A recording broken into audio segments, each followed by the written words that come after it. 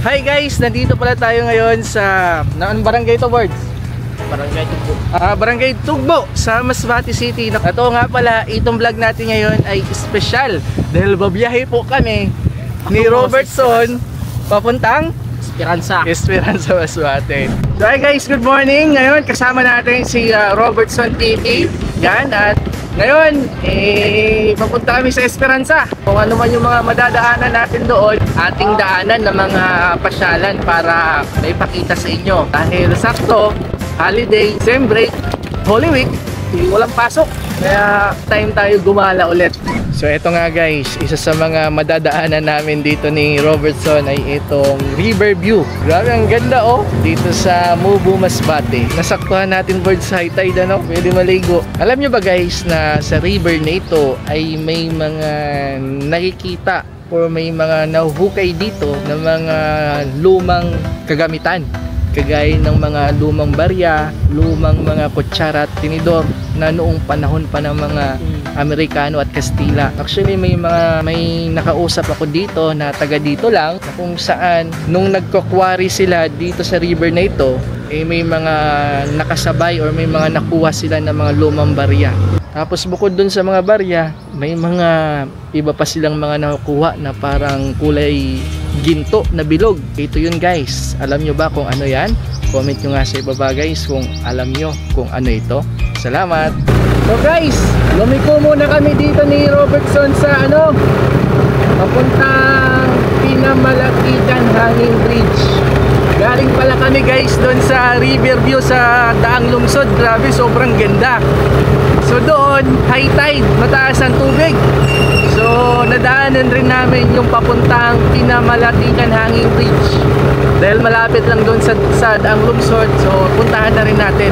Hindi ata kami ngayon makakapunta ng Esperanza dahil malayo. Kulang yung panahon, oras para malibot yung mga madadaanan ng mga tourist pasyalan sa Masbate. Kaya naman Esperanza kung dire-diretso ka. Pero kung dadaanan mo, kung mag-side trip ka sa mga magandang pasyalan sa Masbate, hindi kayang puntahan lahat ng isang araw. Siguro hanggang Palanas lang kami ngayon. Dati guys, nung pumunta ako dito hindi pa maganda yung kalsada. Pero ngayon, sementado na. Pero ewan ko lang guys sa unahan. Tingnan nyo yung harap ko. So ito guys, yung daanan na papuntang Pinamalakitan Hanging Bridge. Mula doon sa nilikuan natin hanggang dito ay sementado. Abangan natin guys sa unahan kung magraba pa rin. Kasi last time na pumunta ako dito, magraba pa eh. O ito guys, ito na nga, magraba na nga dito.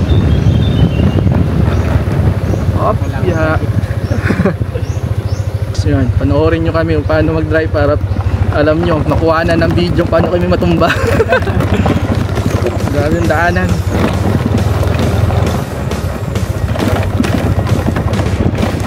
Guys, pasok ang motor dyan pero hindi ko na itutuloy yung motor dyan.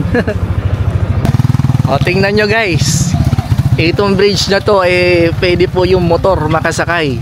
Dalawa pa yan, nasabay. Nga pala guys, sa mga nanonood dyan, kung gusto nyo sumama sa biyahe namin magmotor, libutin ng Masbate, PM nyo po ako, si Robertson. Tapos kung available kayo at kung may lakad ako, sama-sama tayo libutin yung mga natatanging destinasyon na maganda. Opo, dito sa Masbate. Ngayon nandito tayo sa Hanging Bridge. May mga naglalaba. Actually guys, pwede ipasok dito sa bench yung motor kaso natakot ako. Bumigay. Umuuyog kasi ayoko ipasok. Ganda dito. Grabe. Hangin, presko. Saka maganda yung tanawin. May dadaan motor. Atay. Ano sinasabi ko? Apo. Yeah, igo. So dapat mabilis pala tayo dahil daanan to ng mga motor. Ang maganda dito guys gawin, mag-camping. Dala kayo ng camping set nyo, mga upuan. Tapos pwede kayo dito mag-relax lang, magluto-luto habang ni-enjoy yung kapaligiran. Ayos to guys na lugar para sa mga mahilig mag-camping dyan. Mag-tent lang kayo, siguro pwede dito matulog. Try natin sunbirds, no? Ano? Challenge, dito patutulog. Hindi tayo matulog. Dala tayo. Ang motor. Doon tayo sa ano, hanap tayo pisto. Dami mga cottage naman. Shoutout po gali sa Inda. Taga Barangay Pinamalatikan man. May bayad di mag-grigo di? Wala man po. Wala man. Mga cottage lang. May cottage. Pira man ang cottage. 250 pero pwede man yun. 200 na, mga 150. Pwede na yun. Opo. So, amoy to. Pero kung maglatag sinda di. Wala bayad. So, what's up guys? Tapos ko lang namin Robertson kumain sa Crispy King dyan sa Mubo. And kakapasok lang namin dito sa Uson, sa 3rd District ng Masbate. Dito kami bali sa tinatawag nilang Balutan o Impapanan sa Barangay Armenia. So, tanghaling tapat nandito ho kami ni Robertson nagpapainit dito sa labas, pero okay lang dahil sobrang na-enjoy naman namin yung biyahe namin pag-iikot So, yung mga napuntahan pa lang namin ni Robertson, Riverview, Pinamalatikan. So siguro hanggang lang kami, Palanas. Hindi na namin pilitin pumunta sa Esperanza dahil sobrang layo na. Kaya babalik pa kami city. Okay lang sana kung may materhan doon. Baka soon, tapusin muna namin yung mga daanan na mga pasyalan dito. Direkta na tayo pa Esperanza. Para wala nang hinto-hinto, para mabilis tayo. Ngayon kasi may hinto-hinto kami, kaya yung oras, time consuming. Tumatakbo yung oras, baka buti nga ng gabi. Alam mo ba birds na dito kada hapon, di ba may mga tindahan tayo mga nakikita. May mga nagtitinda dyan na balutan. Kaya tawag din dito yung balutan. Gabi, hapon, yan, puno yan dyan ng mga nagtitinda, tsaka mga namamasyal, tsaka mga namamahinga din na mga driver na gusto muna pagod ka ng biyahe. Gusto mo na magpahinga dyan. So ito guys, tinuturuan ko si Boards paano magpalipad ng drone. Sige Boards, paano maging smooth ang Ayan yan, nadali mo. Taas pataas. Ganun din yung pataas. Ganun yung abante. Kung titingnan mo yung drone, yan, aabante. Kamusta naman ang experience sa paggamit sa drone? Mahirap. Mahirap, no? Mahirap yung nasigat sa drone. Kasi apat yung mo, sabay-sabay na pipindutin. Ito, up and down, back forward, tapos may gimbal pa, tapos ito, zoom. Yung zoom. Mahirap, no? Mahirap yung pagiging drone pilot. Kailangan, kabisado mo. Pero, pataas, pababain na, pero kailangan practice, Dalagan, Kasi, actually guys, nakailang beses na ako nawalan ng drone. So, yan na. Kailangan talaga yung bilhin mo muna kapag first timer, yung mga mumurahin. Mumurahin mo. Kasi lahat ng mga drone pilot, actually, kahit mga professional, yung una nila na try, talagang crash. Fly away yung drone. Grabe yung biyahe namin ni Robertson. Guys, napadpad naman kami dito guys sa Poblacion Uson. So ito yung dinarayo po dito yung LGU Uson mangrove na grotto ni Mama Mary. Wow, so ayos na siya.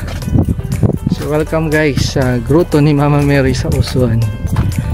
Maraming bumibiskita dito guys, lalo na this Holy Week. Maganda mamasyal dito hapon guys, hapon. Dahil hindi mainit. Ang ganda na nitong grotto balcony guys. So nakapunta na ba kayo dito? Yan. Wow. Kasi ito guys sa mga tourist destination dito sa Uson, Masbate. Kaya kung naghahanap kayo ng lugar or side trip papunta sa 3rd District, daanan nyo ito guys dahil maganda dito magtambay, pumunta, mamasyal. Pwede pala umakyat dun sa pinakataas, kaso nakalak yung pintuan papunta dun sa taas ng cross. Ayan may hagdan. May mga solar din pala dito. Yan tapos itong bawat santo may mga solar. So kaya kapag gabi may ilaw. Ito nakikita nyo guys, ayan yung bato. Ito po talaga yung natural na bato talaga sa dagat. Yan. Nilagyan nila ng grotto doon. Tapos nilagyan ng tulay para makapunta dito. Bato to, bato sa dagat. Hindi ito sinadya. Nakikita mo naman na original talaga. Dahil sa formada niya, oh. No? Grotto balcony ba tawag dito, guys? Nalimutan ko na, or baluarte. Sa grotto ni Mama Mary sa Uson. Ito, guys. Yan. Kasi hindi na ako dito ng kandila dati. Gandling, oh, ng mga santo dito dahil may turutot sila. Tapos ito, laki ni Mama Mary. So doon, guys, sa cross sa taas, pwede yung umakyat. Kaso nga lang, may lock. Bawal. So yan, guys, pahinga muna kami ni Robertson dito sa Dimasala. Dinutom. Dili muna kami dito sa parking ko. Snack muna tayo, guys. Grabe biyahe namin, pagod na kami. Dito talaga kapag natagal lang hindi bumabiyaheng malayuan. Init pa naman. Iyon lang naman siya kasi nakapag-travel vlog. Plano sana natin, guys, Esperanza. So hindi kaya. Ang alas 3 na, oh. Siguro pag dating sa 3:30, dating tayong Palanas. Kaya muna tayo. So, guys, nandito naman tayo sa Palanas. Dito sa Palanas Basud Mangrove. Yan si Robertson kasama natin.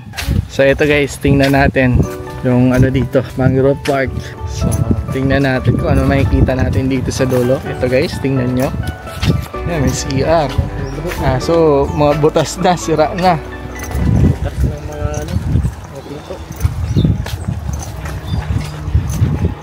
Ngayon, dati may sirena dito. Hindi ba ito? Itong vlog mo? Hindi dito. Hindi daw.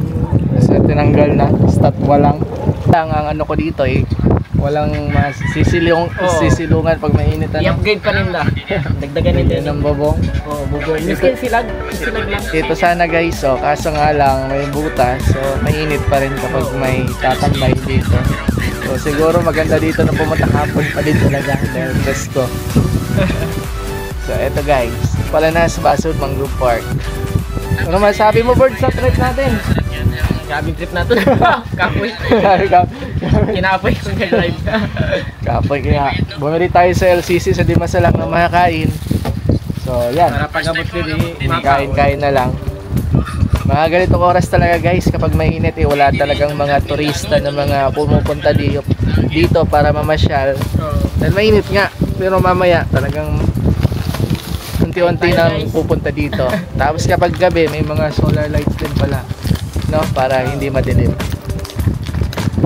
Alis dito, ang ganda, ang ganda. So, guys, nandito na tayo sa simbahan ng Palanas. Galing dun sa Palanas Mangrove. Nandito tayo sa Palanas na kung saan makikita natin dito yung mga statwa, mga saints. Katulad na lang nito, yan. Ito yung simula nung Station of the Cross. So kaya tour muna tayo dito sa mga makikita natin dito sa Palanas. Grabe yung simbahan dito, ang ganda, oh. Tingnan mo. Yan, yung mga ganyan. Pwede dyan mo pa picture boards. Makikita natin dito, guys, kada pader, yung mga Station of the Cross. Hindi ko lang alam kung ano yung yung Station 1. Yan, dyan, So, libot ko kayo ngayon, guys, dito sa simbahan ng Palanas. Kasama syempre yung idol natin, Robertson TV. Wow. Ito. Grabe talaga itong simbahan dito sa Palanas na maganda, Ito, guys, pasok tayo sa simbahan. So ito yung pinaka front.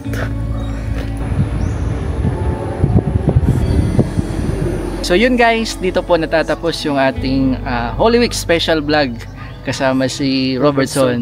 Grabe yung naging experience namin. Grabe, kakapagod. Nakakapagod, malayo, pero worth it naman dahil sa mga sulit naman yung mga tanawin na makikita natin. Tsaka nag-enjoy naman kami.